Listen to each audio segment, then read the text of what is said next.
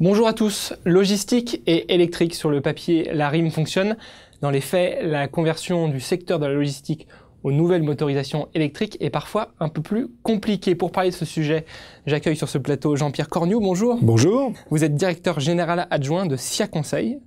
Alors allons à l'essentiel. Est-ce que les acteurs français de la logistique ont massivement opté pour des motorisations électriques? Massivement non. D'accord. Le suspense est terminé. Oui, les choses se font, elles se font lentement. Je crois que la prise de conscience est engagée depuis déjà quelque temps. Elle est à la rencontre de plusieurs séries de préoccupations. Les villes sont un lieu majeur de vie et d'activité économique pour l'essentiel de nos concitoyens. Le cœur de la cité est l'élément de base de la dynamique économique de notre pays. Et on a besoin de villes en bonne santé. Qu'est-ce que c'est une ville en bonne santé? C'est une ville où on circule, c'est une ville où on a plaisir à être, c'est une ville où on a plaisir à commercer, à échanger, à travailler.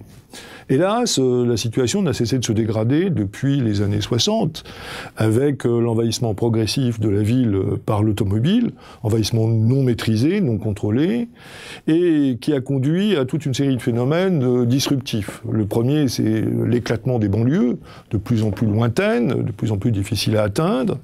C'est également le transfert d'une grande partie des activités urbaines vers la proche périphérie, et maintenant la périphérie de plus en plus lointaine. Dans ces activités, il y a les activités de bureaux, de commerce, et évidemment, chaque fois qu'on déplace une activité, on va déplacer des gens et des marchandises. Les élus ont beaucoup réfléchi à la circulation des personnes. Ils ont beaucoup moins travaillé sur la circulation des biens et des marchandises. De ce fait, si on a commencé à prendre une série de décisions intéressantes et courageuses pour la circulation des personnes, notamment par la régulation de l'utilisation extensive de l'automobile, on n'a pas le même degré de maturité en matière de marchandises. Et de fait, les initiatives ont été souvent prises par la profession elle-même.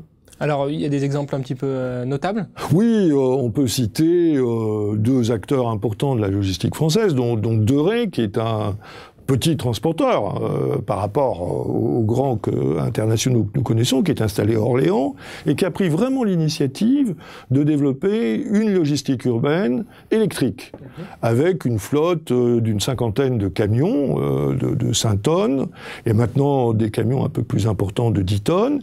Il a véritablement été le leader dans ce secteur.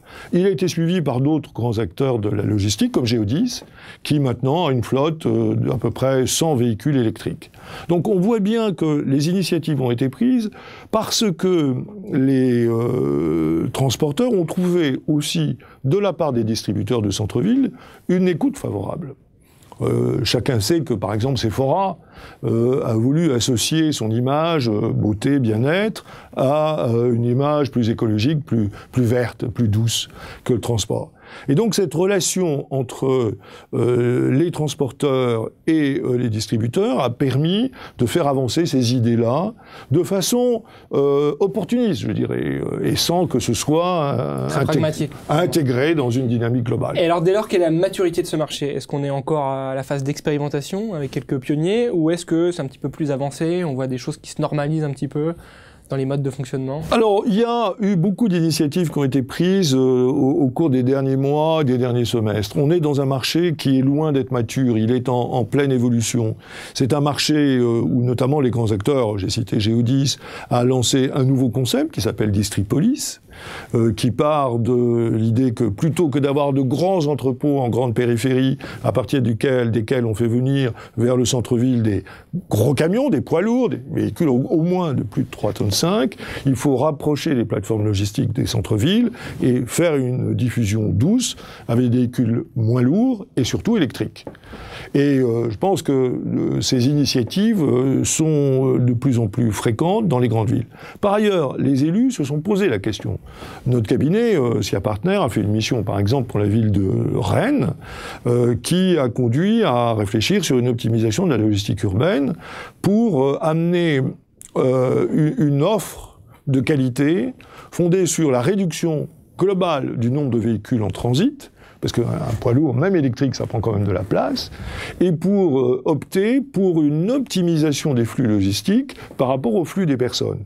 Il est certain, par exemple, que la logistique électrique permet de faire des livraisons nocturnes qui vont réduire le trafic de jour et réduire l'encombrement urbain.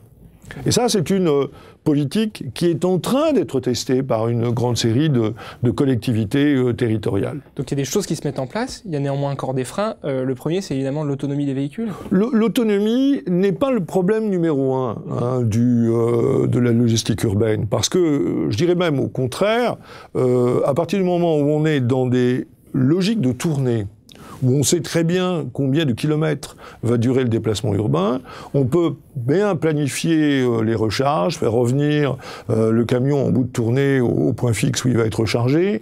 Donc c'est plus facile pour le transport des marchandises que pour le transport des personnes. Non, ce qui coûte cher, ce sont les véhicules. Aujourd'hui, on est loin d'avoir une offre industrielle de poids lourds. On avait un acteur, Modec, qui a disparu, un camionneur britannique qui a été racheté récemment par Navistar, mais on voit bien que l'offre de véhicules est quand même encore un peu embryonnaire. Elle se développe, et notamment en France, avec toute une série de petits véhicules, comme Goupil, par exemple, pour prendre cet exemple, et surtout Renault, qui, grâce à la Kangoo ZE, a une vraie suprématie sur le marché de la camionnette, du petit véhicule. Cela dit, je ne vous cache pas qu'en préparant cette émission, on a aussi contacté des professionnels de la logistique. Il y en a beaucoup qui ont été un petit peu déçus par les véhicules, par les offres qu'ils ont pu trouver. Tout ça est encore quand même en train de se construire. Alors les véhicules sont chers. On compte un rapport de 1 à 1,6, 1,8 pour un véhicule électrique bien équipé. Le prix des batteries est toujours un obstacle. Et l'offre n'est pas d'une fiabilité industrielle telle que l'attendent les professionnels du transport. Donc on est quand même en déficit d'offres, ça c'est clair. C'est pour ça que je cite le Kangoo ZE, parce que le Kangoo ZE est un véhicule parfaitement bien admis et qui est très présent dans les grandes flottes, comme celle de la Poste, par exemple, et avec beaucoup de satisfaction, aussi bien des gestionnaires de flotte que des conducteurs eux-mêmes. Donc on voit bien qu'on a un problème d'offre. On a aussi un problème de réglementation. Je pense qu'il faut que les collectivités territoriales créent des espaces de dialogue avec les enseignes de distribution urbaine, avec les opérateurs de transport, pour trouver des solutions qui ne passent pas par une réglementation un tatillonne ou excessif, mais qui passent par une logique plutôt de convention, plutôt... à l'échelle municipale. Voilà, à l'échelle municipale ou à l'échelle des communautés urbaines, pour effectivement, d'abord, favoriser le développement du commerce de centre-ville, qui est vraiment un élément clé de la qualité de vie urbaine, et pour aussi faire en sorte que l'alimentation de ces commerces soit la moins intrusive et la moins brutale pour les autres utilisateurs.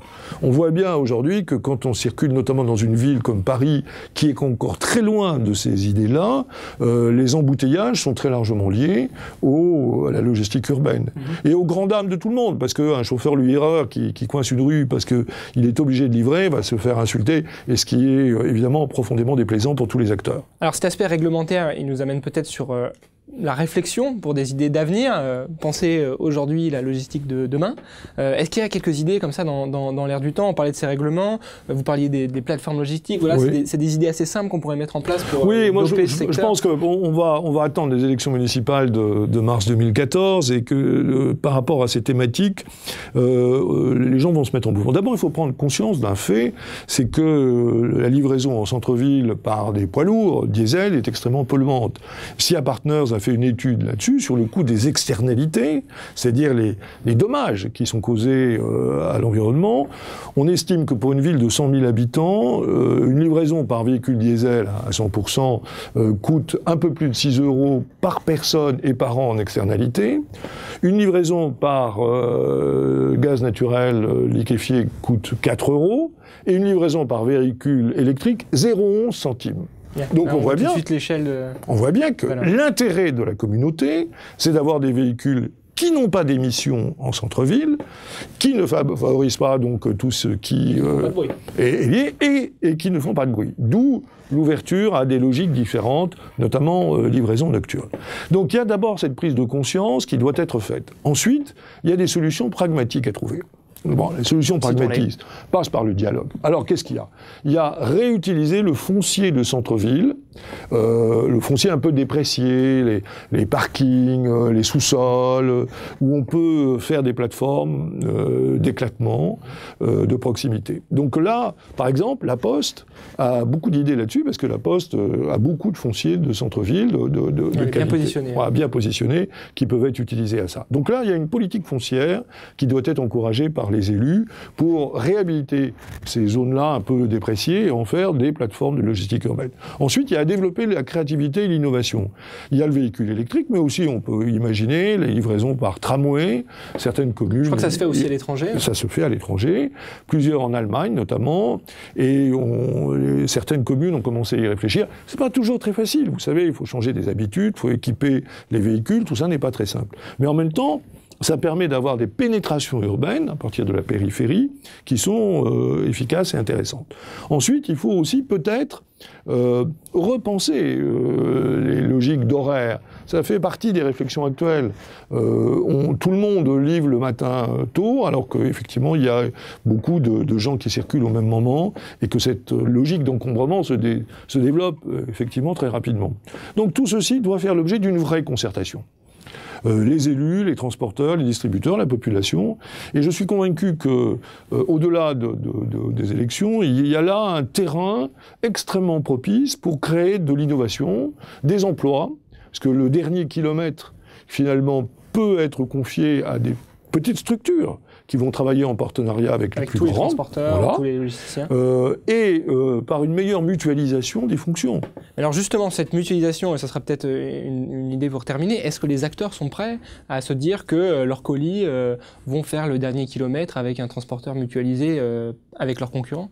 Est-ce que les gens sont prêts à cet état d'esprit de partager? Je pense que derrière tout ça, il y a la révolution de l'information. On en est en plein choc numérique, là. On se rend bien compte que ce qu'on pouvait pas imaginer il y a quelques années va devenir faisable rapidement parce qu'on va échanger de l'information.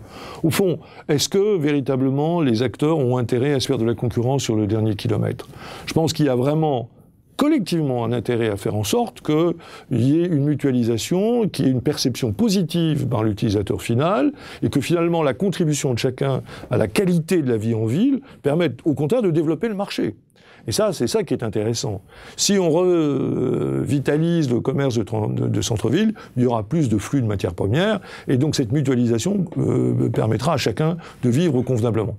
Quand on parle de mobilité électrique, il y a un grand succès, c'est Autolib. Oui. Peut-être qu'il pourrait inspirer les acteurs de la logistique sur cette idée de partage. Je pense qu'effectivement, Autolib, un Autolib utilitaire, peut-être imaginé, il y a des gens qui y pensent. Hein.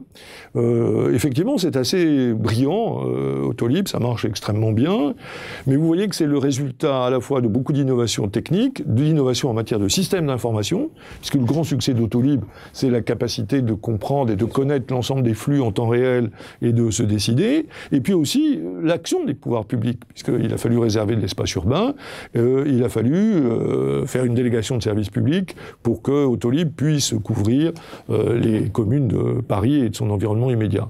La bonne nouvelle de cette émission, c'est qu'il y a plein de choses à inventer, plein d'innovations à mettre en place sur ce secteur. On essaiera de les suivre.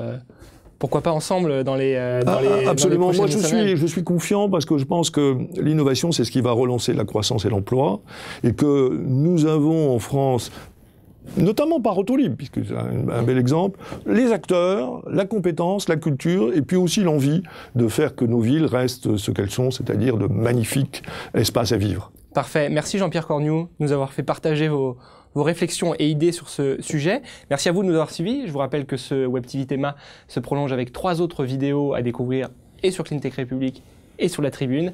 À bientôt, au revoir.